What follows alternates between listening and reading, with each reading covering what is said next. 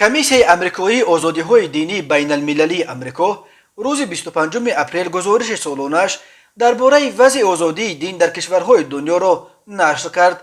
این نهاد 15 کشور از جمله تاجیکستان، افغانستان، ایران، روسیه و ترکمنستان را بر روی خط سیاه کشورهای مورد نگرانی خاص شامل کرد و به حکومت آمریکا توصیه داد که تا به ضد تاجیکستان و منصبداران تاجیک برای اشتراکشان در نقض منتظم، دوامدار و اضطراب‌آور آزادی‌های دینی تحریمات جاری کند.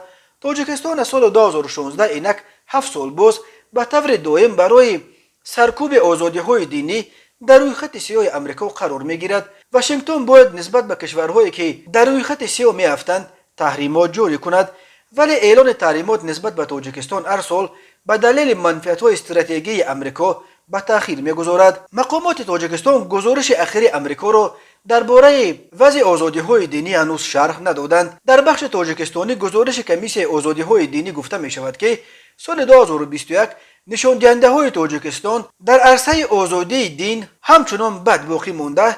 تعقیبات مسلمانان از جانب دولت در پس منظر نگرانی حکومت از تهدیدها از افغانستان بخصوص در پی ماه آگوست به قدرت رسیدن طالبان افزایش یافتند. در تاجیکستان اتهام افراطگرایی و تروریسم حتی در صورت انجام ندادن یگان عمل خشونت‌آمیز مجازات دارد. اتهامات به ضد روحانیان اکثر وقت خودسرانه اعلان شده مرافعه‌های دادگاهی بدون کفالت‌های قانونی صورت می‌گیرد.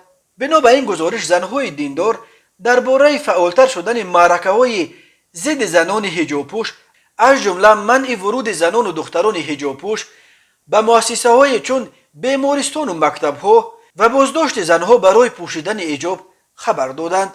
در این زمان مردان رشدار خبر می‌دهند که به آنها تا دمی که ریششان را نتراشند شناسنامه نمیدهند و آن هم در حالی که قانون عکس بارش را برای شناسنامه منع نکرده است. ماه اکتبر سال 2021 پارلمان تاجیکستان قانون را قبول کرد که جزا را برای تعلیم دادن علم دینی سخت‌تر می‌کند. از سال 2016 تعلیم غیر رسمی علم دینی در تاجیکستان منع شده.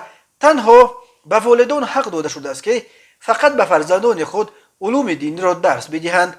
از سال 2011 نابالغان حق اشتراک در مراسم دینی به استثنای مراسم دفن را ندارند و در مکتب نیز تنها معلومات محدود از فن تاریخ دین میگیرند.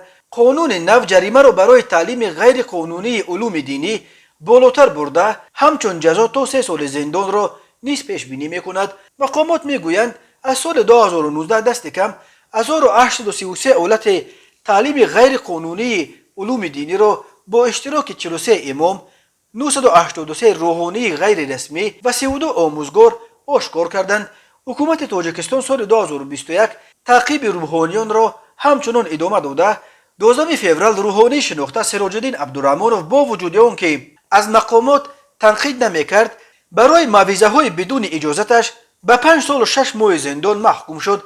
پرونده او باعث شد که روحانیان دیگر از وعظ گفتن در محضر عام عیب میکنند. 5 مارس امام مسجد شهر کولاب محمد صادق سعیدوف بعد آنکه متن موعظه فرستاده کمیته دین را قرائت نکرد بازداشت و ماه ایون با جرم اشتراک در فعالیت سازمان افراطی به 5 سال زندان محکوم شد.